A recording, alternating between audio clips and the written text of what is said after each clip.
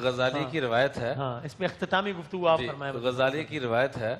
کہ جو مرد اپنی بیوی کی کڑوی کو سیلی کو برداشت کر لیتا ہے، درگزر کر دیتا ہے،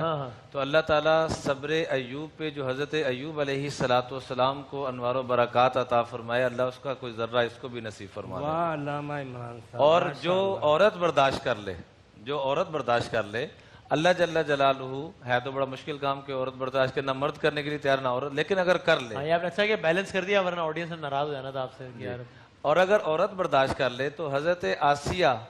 رضی اللہ تعالیٰ عنہ کو جو فرعون کے ظلم زیادتی برداشت کرنے پہ اللہ نے اجر و ثواب عطا فرمایا، اس کا کوئی ذرہ اس عورت کو بھی اللہ عطا فرما دیں گے۔ اس لیے آپ علیہ السلام نے فرمایا، جیسے قبلہ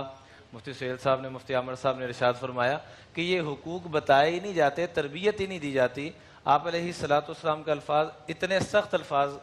میرے پڑھنے میں نہیں آئے کہ آپ نے فرمایا کہ یغلبہن اللئیم و یغلبن الکریم، کمینہ آدمی ہی ہے جو بیویوں کو ناراض کرتا ہے، ان کو پچھلوں کے تانے دیتا ہے، ذلیل کرتا ہے، پریشان کرتا ہے، تیری تو یہ اوقات، تو میرے پاؤں کی جوتی ہے،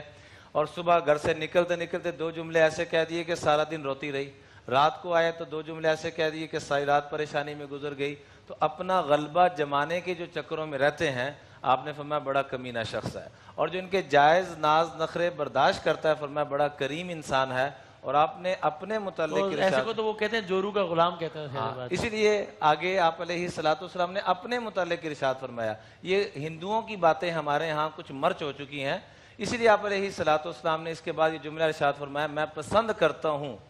اس بات کو کہ میں غالب آؤں اور کریم پنے سے نکل جاؤں، اس کو پسند نہیں کرتا، اس کی بجائے میں مغلوب ہو جاؤں اور کریم رہوں، اس بات کو پسند کرتا ہوں۔ اور اس میں والدین کی طرف سے بھی میں معذرت کے ساتھ عرض کروں گا کہ والدین کی بھی تربیت نہیں ہے، نہ آنے والی بیٹی ان کو اپنے والدین سمجھتی ہے، نہ وہ لانے والے اس کو اپنی بیٹی سمجھتے ہیں۔ یہ تفریق ختم کی جائے، اب ان کی یہی بیٹی ہے اور اس کے یہی والدین ہیں، کیونکہ ہمارا جوائنٹ فیملی سسٹم ہے، تو عام طور پہ میں نے اس میں ایک تھوڑا سا کڑوا سا سوال کرنا ہے، لیکن میں سوال ابھی چھوڑ جاتا ہوں، کل کر لیں گے۔ ایک صورتحال یہ بھی ہوتی ہے، جو ان ساری باتوں سے اگری کرتے ہوئے ایک صورتحال یہ بھی ہوتی ہے کہ جب ہم دیکھتے ہیں کہ ایک شخص ہے جو ہے برا آدمی ہے، مار رہا ہے، پیٹ رہا ہے بیوی کو، میں نے ذاتی مجھے نشہ کر کے آتا ہے، زیادتی کرتا ہے بیگم کے ساتھ، لیکن ماں باپ کہتے ہیں بیٹا بس اب تیرا جنازہ ہی آئے اس گھر سے، بس محلے والے کیا کہیں گے کہ طلاق لے کے بیٹھی ہے۔ یہ بھی تو پھر اسلام میں اس کی اجازت ہے، آف کورس میں طلاق کی حمایت بالکل نہیں کر رہا، کوشش کی جائے نبھانے کی، لیکن جب دیکھیں کہ یہ معاملہ ہے اور آپس میں نہیں معاملہ ہو رہا، ساری کوششیں کر لی گئی ہیں، تو یہ جیسے آپ فرما رہے ہیں کہ ظلم زیادتی کے ساتھ کو زبردستی ایک ایکسٹریم تک اگر معاملہ